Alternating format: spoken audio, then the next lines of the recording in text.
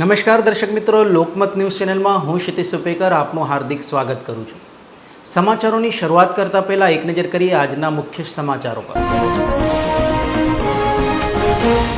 SHG હોસ્પિટલમાં eco રૂમે report માટે આવતા દર્દીઓ નિષ્ણાંત તબીબના અભાવે થઈ રહ્યા છે પરેશાન। લાંબા ઇંતજાર બાદ પણ રિપોર્ટ ન નીકળતા ખાવા પડી રહ્યા છે ધર્મના ધક્કા। હાથીખાના કારેલીબાગની 2 દુકાનોમાં બાળ મજૂરી કરતા બાળકોને એએચટીયુની ટીમે મુક્ત કરાવી દુકાનદારો સામે કાયદેસરની કાર્યવાહી હાથ ધરી। એકતાનગર કેવડિયા ખાતે રૂટ પાસના મુદ્દાને લઈને રિક્ષા ચાલકોએ આક્ષેપો સાથે નવા વહીવટી સંકુલ કચેરીએ પહોંચી કરી રજૂઆત। તો હવે જોઈએ વિગતવાર સમાચાર। એસએચજી હોસ્પિટલના ઇકો રૂમ ઉપર કાયમી તબીબ ન હોવાથી તેમજ અન્ય સુવિધાઓના અભાવથી દર્દીઓને હાલાકીનો સામનો કરવાનો વારો આવ્યો છે। મધ્ય ગુજરાતની સૌથી મોટી એસએચજી હોસ્પિટલ હર હંમેશ વિવાદમાં આવતી હોય છે। જાણે હોસ્પિટલ પોતે જ માંદી હોય તેવી લોકોને અનુભૂતિ થાય છે। પ્રજા પાસે ટેક્સની ઉઘરાણી બાદ આરોગ્ય બાબતે પ્રજાને ક્યારેક એસએચજી હોસ્પિટલમાં આવવાની જરૂર પડે તો દર્દીની સાથે તેના સંબંધીઓ પણ ખૂબ જ મુશ્કેલી વેઠવી પડે છે। એસએચજીમાં આધુનિક મશીનો તો છે પણ યોગ્ય નિષ્ણાંતોનો અભાવ કે વ્યવસ્થાના આયોજનની ખામીના કારણે લોકોને દર્દીઓને હેરાન થવું પડે છે। એસએચજીના ઇકો રૂમમાં તપાસ માટે રિપોર્ટ માટે આવતા દર્દીઓ છેલ્લા ઘણા સમયથી પરેશાન થઈ રહ્યા છે।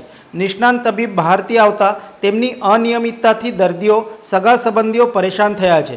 દર્દીઓના સંબંધીઓ દ્વારા પોતાની વ્યથા મીડિયા સમક્ષ જણાવી આ અંગે વહેલી તકે સમસ્યાના નિરાકરણની માંગણી કરી હતી। मैं स्ट्रेचर लईने आई थी इमरजन्सी में, कशुं स्ट्रेचर नहीं मळ्युं अने हमणां स्ट्रेचर पछी उतारी दीधा, लई गया अने हवे अंदर नंबर पहेलो हतो छतां बी अमने नथी लेता। नीचे बाने बेसाड्या छे, हार्ट पेशન્ટ छे, इको करावाया छे, 1:45 ए बैठा छे। हाँ, हमणां કેટલા વાગ્યા છે देखो 3:45 થઈ ગયા। એમની કન્ડિશન જો તો કઈ ગયા પેલા પાછળ ઊભા છે જોઈ લો એમની ઉંમર પ્રમાણે।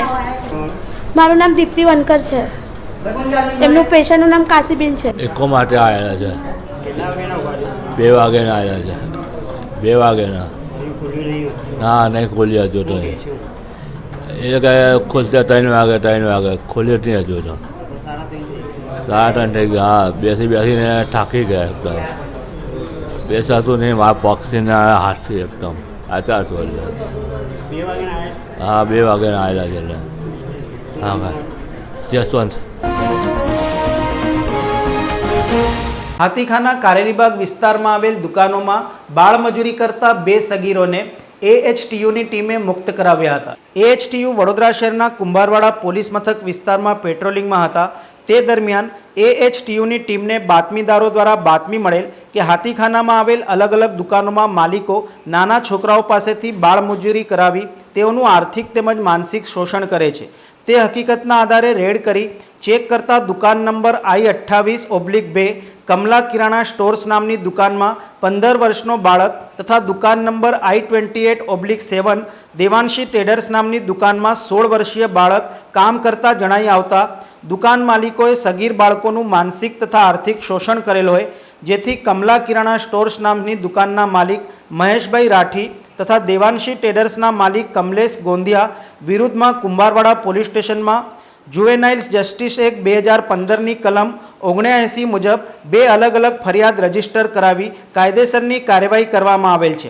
ઉપરોક્ત બાળકોને બાળમજૂરીમાંથી મુક્ત કરાવી તેમના સગા સંબંધીઓને સોંપવામાં આવેલ છે। કેવડિયા ખાતે રૂટ પાસના મુદ્દાને લઈને રિક્ષા ચાલકો દ્વારા વહીવટી કચેરી ખાતે રજૂઆત કરી હતી। મળતી માહિતી મુજબ નર્મદા જિલ્લાના એકતાનગર કેવડિયા ખાતે સ્ટેચ્યુ ઓફ યુનિટી ખાતે ફરવા માટે કચેરીના અધિકારીઓ દ્વારા અમુક રિક્ષા ચાલકોને મુસાફરી માટેના પાસ આપવામાં આવ્યા છે, જ્યારે અમુક રિક્ષા ચાલકોને આજ દિન સુધી મુસાફરી માટેના રૂટ પાસ કચેરી દ્વારા કાઢી આપવામાં આવ્યા નથી, જેને લઈને રિક્ષા ચાલકોએ હોબાળો મચાવ્યો હતો તથા આ મુદ્દાને લઈને આજરોજ તેઓ નવા વહીવટી સંકુલ કચેરી ખાતે સ્ટેચ્યુ ઓફ યુનિટીના અધિક કલેક્ટર શ્રી ગોપાલ બામણિયા સાથે મુલાકાત કરી હતી તથા સ્ટેચ્યુ ઓફ યુનિટીના સીઈઓ સાહેબને રજૂઆત કરવા માટે પણ સમય માંગ્યો હતો। રૂટ પાસના મુદ્દાને લઈને નવા વહીવટી સંકુલ કચેરી ખાતે આવેલ રિક્ષા ચાલકોનું કહેવું છે કે સ્ટેચ્યુ ઓફ યુનિટી જવાના માર્ગ પાસે ચેકપોસ્ટ પાસે ફરજ બજાવતા એસઆરપીના જવાનો દ્વારા અમને રોકવામાં આવે છે તથા અમારી પાસે પાસ માંગવામાં આવે છે। અમે અહીંના સ્થાનિક લોકો છીએ અને અમારે અવારનવાર કામ અર્થે ચેકપોસ્ટના રસ્તા પાસેથી પ્રસાર થવું પડે છે। આમ વારંવાર રિક્ષા ચાલકોને ચેકપોસ્ટ પર ફરજ બજાવતા એસઆરપી જવાનો દ્વારા પરેશાન કરવામાં આવતા હોવાના આક્ષેપો કર્યા હતા। રિક્ષા ચાલકોનું કહેવું છે કે ચેકપોસ્ટ પર ફરજ બજાવતા એસઆરપીના જવાનો દ્વારા અમારી પાસેથી વિવિધ માંગણીઓ કરવામાં આવે છે। જે લોકો તેમની માંગણીઓ પૂરી કરે છે તેમને સ્ટેચ્યુ ઓફ યુનિટી ખાતે જવા દેવામાં આવે છે અને જે લોકો તેઓની માંગણી પૂરી નથી કરતા તેઓની પાસેથી પાસ માંગી પરેશાન કરી રોકવામાં આવે છે। રિક્ષા ચાલકોનું કહેવું છે કે પાસ આપો તો બધાને આપો, નહીં તો બધાના પાસ કેન્સલ કરો, સૌને એક સમાન રાખો। અધિકારીઓ દ્વારા વહાલા દ્વાલાની નીતિ અપનાવાતી હોવાને લીધે આજે આ ગંભીર પ્રશ્નો ઉદ્ભવ્યો છે। મારું નામ હર્ષદભાઈ ચંદુભાઈ તરી, હું રિક્ષા ચલાવું છું અને એસઆરપી દ્વારા એ કહેવામાં આવે છે કે તમારે અહીંયા કોઈ અંદર આવવું નહીં, આદિવાસી રિક્ષા ચલાવવું નહીં અંદર, તો અમારે કરવું શું બીજું? ને જે એસઆરપી દ્વારા અંદર કોઈ લાજ આપે કે એમને એમ જવા દે છે, એમની ગાડીઓ ઘણી ચાલે છે, ઇકો અલ્ટિકા ચાલે છે ને અમને સ્થાનિક માણસને ધંધો નહીં કરવાનો એવું પણ કહે છે, તો અમારે કરવું શું બીજું?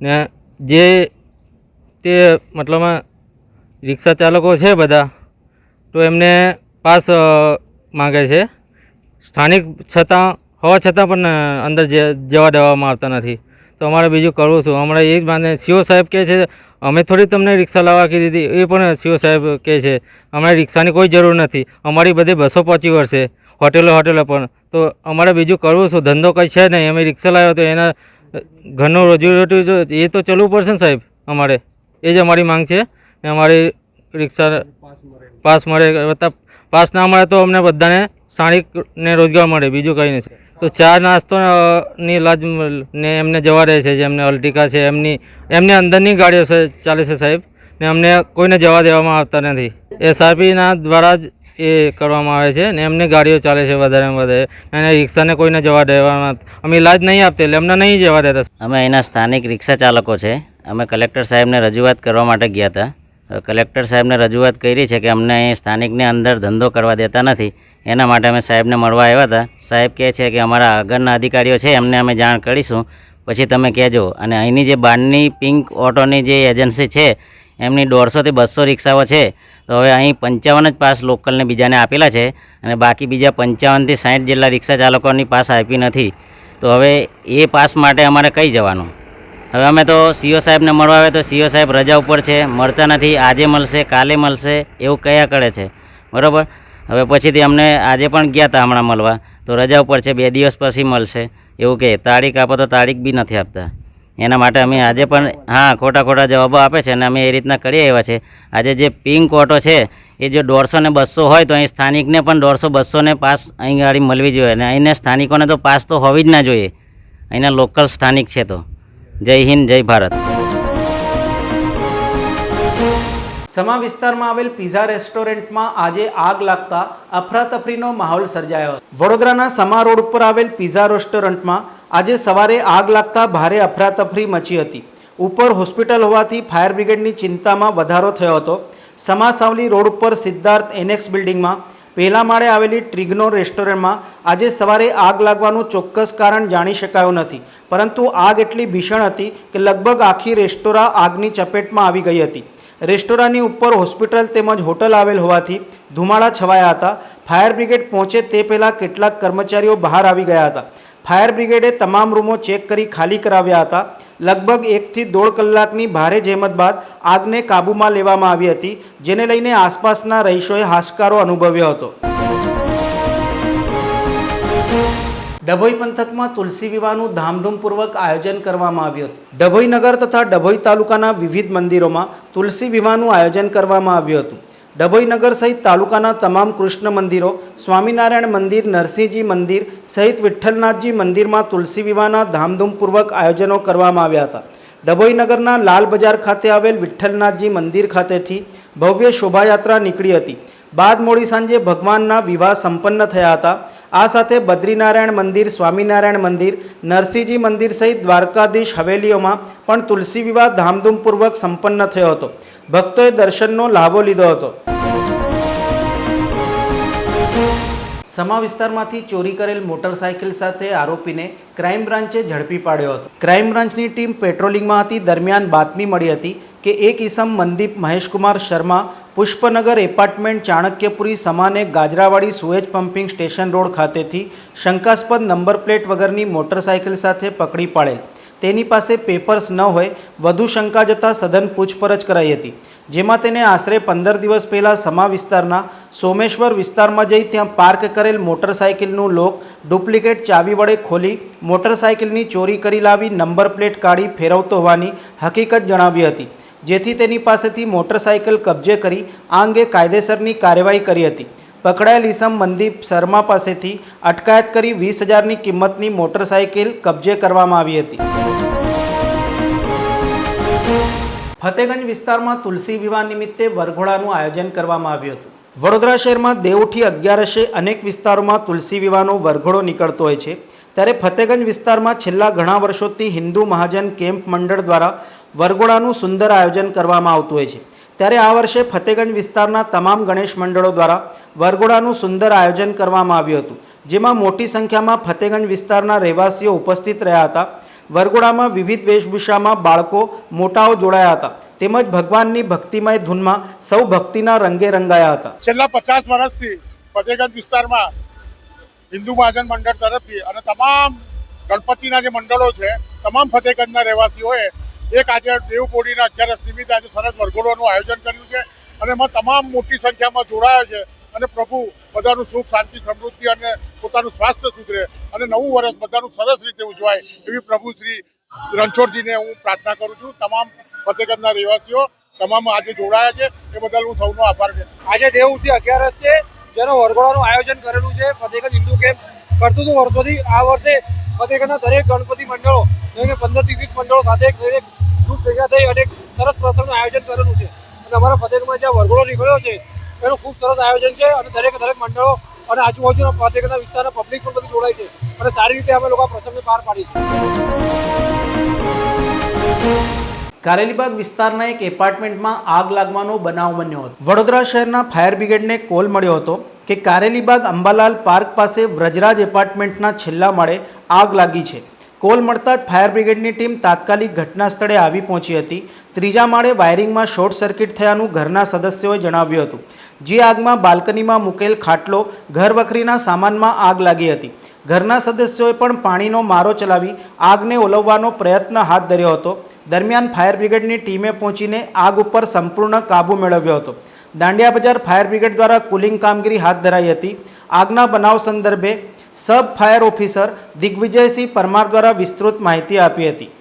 વડોદરા ફાયર બ્રિગેડને કોલ મળ્યો હતો. કારેલીબાગ વિસ્તારમાં એક ઘરમાં આગ લાગેલ હતી 3જા માળ પર, એટલે તાત્કાલિક સ્થળ પર પહોંચીને આગ પર કંટ્રોલ મેળવ્યો છે અને હાલમાં પરિસ્થિતિ કંટ્રોલ છે. શું કોલ મળ્યો તો ઉપર જોવા ગયા તો શું સ્થિતિ જોવા મળી તમને? 3જા માળ પર વાયરિંગમાં શોર્ટ સર્કિટ થયું હતું, તેવા જે ઘરના ફેમિલી મેમ્બર હતા તેમના દ્વારા જણાવવામાં આવ્યું હતું. અને બાલ્કનીમાં જે એમનો સામાન મૂકેલો હતો, ખાટલો અને બીજો ઘરવખરીનો સામાન, તેમાં આગ લાગેલ હતી. એટલે કંઈ એટલું મોટું કારણ નહોતું, એટલે એમને પાણીનો મારો ચાલુ કર્યો અને તેમને પણ કંટ્રોલ કરવાનો પ્રયાસ કર્યો. તાત્કાલિક વડોદરા ફાયર બ્રિગેડ પણ પહોંચી ગયું. તેના બાદ હીટિંગ હતી એટલે કુલિંગ કરીને હાલમાં કંટ્રોલ કરી. એકતાનગર ખાતે વડાપ્રધાનના પ્રોગ્રામ બાદ હાલની સ્થિતિએ ઠેર ઠેર ગંદકીનું સામ્રાજ્ય જોવા મળી રહ્યું છે. મળતી માહિતી મુજબ નર્મદા જિલ્લાના એકતાનગર ખાતે 31મી ઓક્ટોબરે સરદાર વલ્લભભાઈ પટેલની જન્મજયંતિ નિમિત્તે વડાપ્રધાન સાહેબ આવવાના હોવાથી તથા એકતા પરેડમાં ભાગ લેવાના હોવાથી નર્મદા જિલ્લાનો વહીવટી તંત્ર કુંભકર્ણની નિદ્રામાંથી જાગૃત થઈ ગયું હતું. કેવડિયા કોલોની ખાતે ક્રિકેટ ગ્રાઉન્ડ મેદાનમાં વડાપ્રધાનશ્રીના કાર્યક્રમની સુરક્ષામાં આવેલ જવાનો માટે રસોડાનો કાર્યક્રમ રાખવામાં આવ્યો હતો, જ્યાં ગંદકીના થર જોવા મળ્યા છે. સાથે સાથે ઇંગ્લિશ દારૂ તથા દેશી દારૂની પોટલીઓ પણ જોવા મળી છે, જેને લઈને પોલીસ તંત્ર સામે પણ સવાલો ઉઠ્યા છે. અંગ્રેજી દારૂની બોટલો કેવડિયા કોલોનીના ગ્રાઉન્ડમાં આવી ક્યાંથી તે એક તપાસનો વિષય છે. સાફ સફાઈ બાબતે વહીવટી તંત્ર નિષ્ક્રિય બન્યું છે, જેને લઈને લોકો વિવિધ ચર્ચાઓ કરી રહ્યા છે. શેર માર્કેટમાં રોકાણ કરવાના બહાને ઠગાઈ કરતી ટોળકીના એક ઈસમની સાયબર ક્રાઇમ દ્વારા સુરત ખાતેથી ધરપકડ કરી હતી. સાયબર ક્રાઇમ પોલીસ સ્ટેશનમાં ફરિયાદીએ ફરિયાદ આપેલ કે તેઓને વોટ્સઅપ ગ્રુપમાં જોડવામાં આવેલ, જેમાં શેર માર્કેટમાં રોકાણ અંગેની ટિપ્સ આપવામાં આવતી હતી. ત્યારબાદ તેઓને એક વેબસાઇટ પર રજિસ્ટ્રેશન કરાવેલ, જેમાં રિયલ ટાઈમ સ્ટોક માર્કેટનો ભાવ દેખાતો હતો. જેમાં ફરિયાદીએ રોકાણ કરેલ.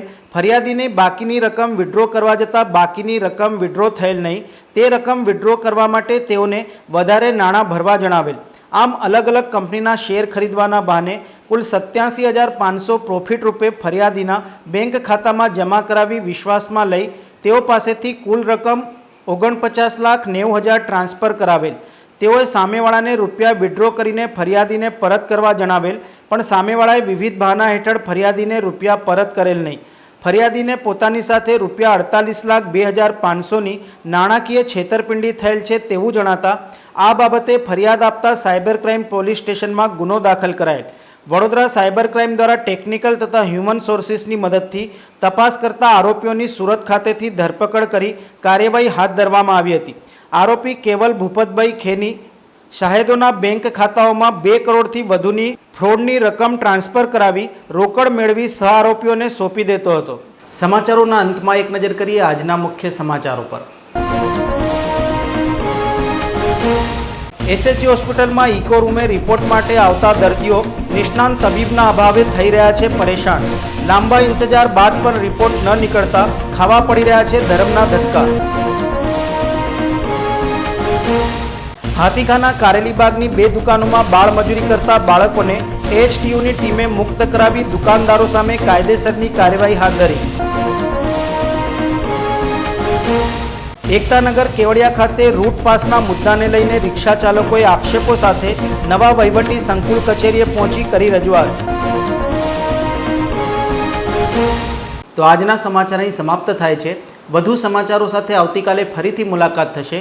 તો ત્યાં સુધી લોકમત ન્યૂઝ ચેનલની સમગ્ર ટીમને રજા આપશો. નમસ્કાર.